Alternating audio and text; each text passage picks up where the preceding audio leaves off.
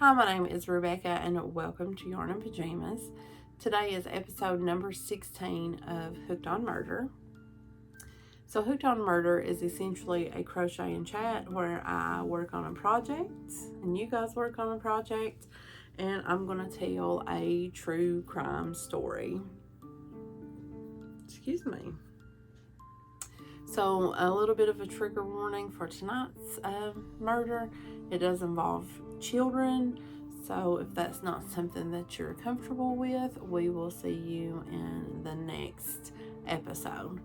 But if you guys are okay with hearing a story like that, grab yourself something to drink, something to work on, and find you a cozy place to be. Because for the next 10 minutes or so, I am going to crochet on this, and I'm going to tell you the story of the Lawson family murders. I do have me some notes over to the side, as usual.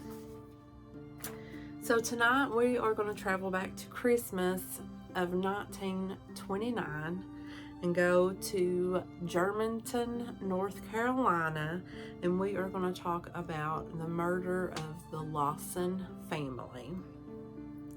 And tonight I am going to mark where I'm starting on my project with a little stitch marker. It's one of my Vlogmas stitch markers. And what I'm going to do is mark where I started so we can see where I ended at the end of the story. And this suggestion, this very, very helpful and very good suggestion, comes from Kate, and she is the daughter of Julie over at KS Mom Crochets. And this was such a great idea, Kate, so thank you so much for suggesting it. Okay, so I am going to be working on this corner to corner, and let me make a stitch and then we'll mark where I started. And guys, I hope that I can remember how to do the corner to corner because I haven't done it since I was working on my Coco's cow blanket. I know I will move my leg like 40 million times while I'm telling this story. Okay, are you guys ready? So, Charles Lawson met Fanny Manring, and in 1911 they decided to get married and start a family. So Fanny and Charles proceeded to grow their family, and they had 8 children. Their third child, William, passed away from an illness when he was 3 years old. But the family consists of Charles, who's 43, Fanny, 37, their eldest son, Arthur, 19, Marie, 17, Carrie, 12, Maybelle, 7, James, 4, Raymond, 2, and the baby was Mary Lou, and she's 4 months old. So a couple days before Christmas, Charles surprises his family with a trip into town to buy new clothes for Christmas. So each family member got one new outfit for Christmas. And then his next surprise were that they were going to go down the street and have their family portrait taken. Now at the time, this was an extreme luxury item to have your family portrait taken. Most families during this time did not, because the money that they would spend on that portrait was generally used to feed their families. So it was a very big extravagance, and people were surprised that Charles had done that. So on the day of Christmas, everybody's getting ready to have Christmas dinner later on that night. And okay, there for a minute. And Marie and Fanny were busy cooking away. Charles and Arthur had went out hunting earlier that day, and once they got home, Charles sent Arthur into town to get some more ammunition for the guns that they were using during hunting. Well, that afternoon, Carrie and Maybelle decide to go to their aunt and uncle's house. So they bundle up in their winter clothing and they head out to cross the field to go spend some time with their aunt and uncle. As they came around the tobacco barn, they were both shot and killed by their father, Charles. So Charles hid in the barn until the girls came out, and once they rounded the corner, he shot them. But then he couldn't tell if they were dead. So he went over and grabbed a piece of equipment that was leaned up against the barn, like a sledgehammer type thing, and then he bludgeoned the girls. Once he was certain that they were dead, he carries their body and puts it inside of the barn, the tobacco barn. He then heads to the house. Fanny is outside and she is preparing some food for them to cook later, and she's sitting on the porch swing and Charles walks up to her and shoots her. So the children in the house heard/saw all of this happen. And that's Marie, who was inside baking the cake for the dinner, and the two youngest boys, James and Raymond. So the boys jumped up and started to run to go hide. Charles came in and he shot Marie as she was running away from the stove, and then he proceeded to go look for the boys and found them and murdered them as well with the shotgun. The only person left inside of the home was the tiny baby Mary Lou, and unfortunately she was also murdered, and she was bludgeoned to death. At this time, Charles's ammunition was very low because it had been low when they had gotten back from hunting. Charles goes and gets the bodies of his two daughters and he brings them back to the house. He positions all of the bodies in a pose of their arms crossed, and he places a rock under their heads. And then he leaves and goes out into the woods. Well, soon after the murders, Arthur arrives home and walks into his house and sees that his entire family has been massacred.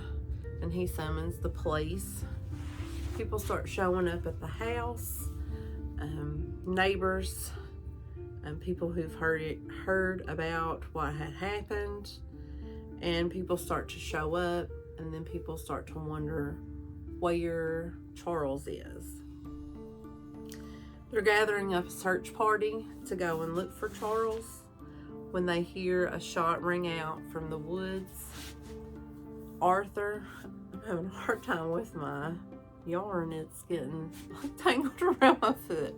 Arthur and the police officer head out to the woods. His body is at the base of a tree. And there are some letters laying beside of his body. They are addressed to his parents. And there's also a scrap of paper that says, "Blame no one but I." So now they have the task of trying to figure out why this tragedy happened. I'm going to assume that those letters had to contain something of the events of what did happen. I couldn't find anything about the letters, though, so I don't know. I really couldn't find a whole lot of information about the murder. It was like usually the same thing being said over and over in the articles. So I would really like to know about those letters.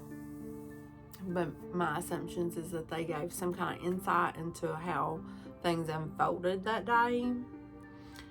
but it never said why. So people started, of course, speculating as to what was going on.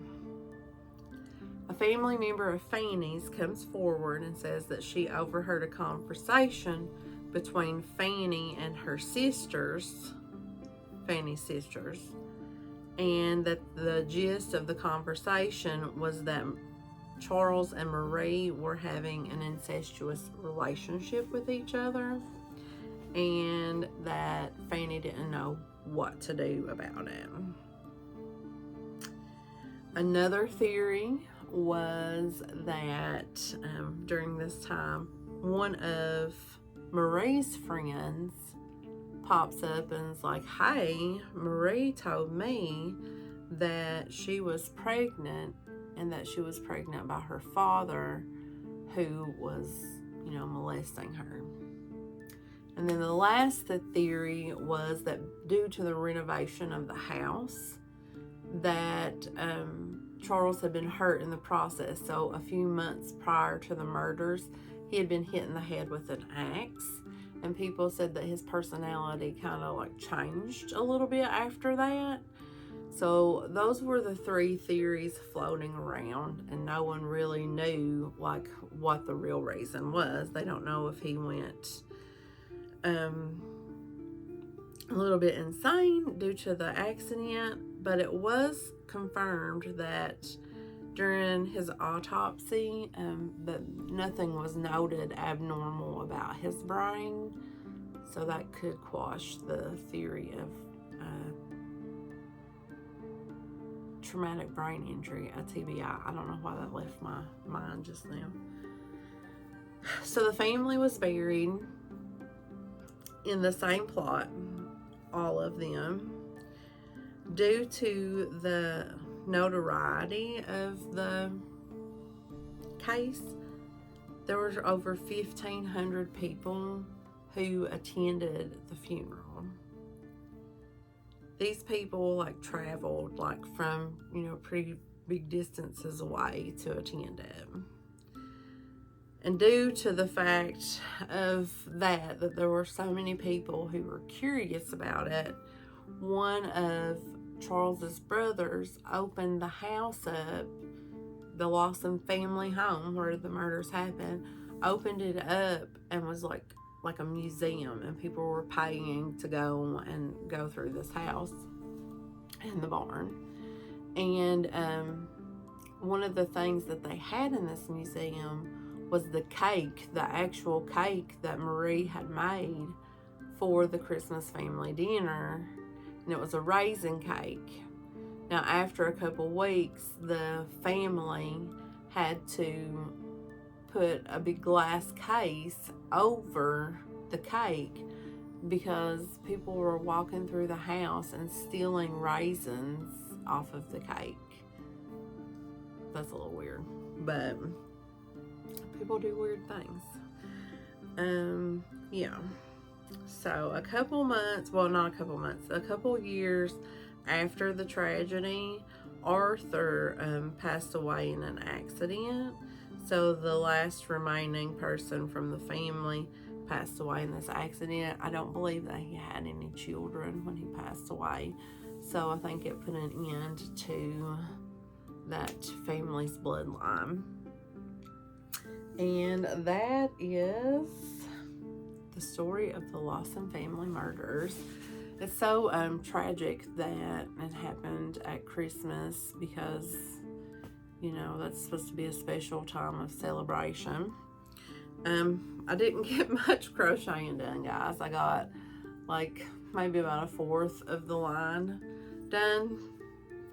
I had a big fight between my foot and the yarn string. It just kept getting tangled up. But let me know down below what you guys thought about this. I have been watching on Peacock Homicide for the Holidays, and it's unreal, the things that have happened around the holidays, not just Christmas, but they have all the holidays on there.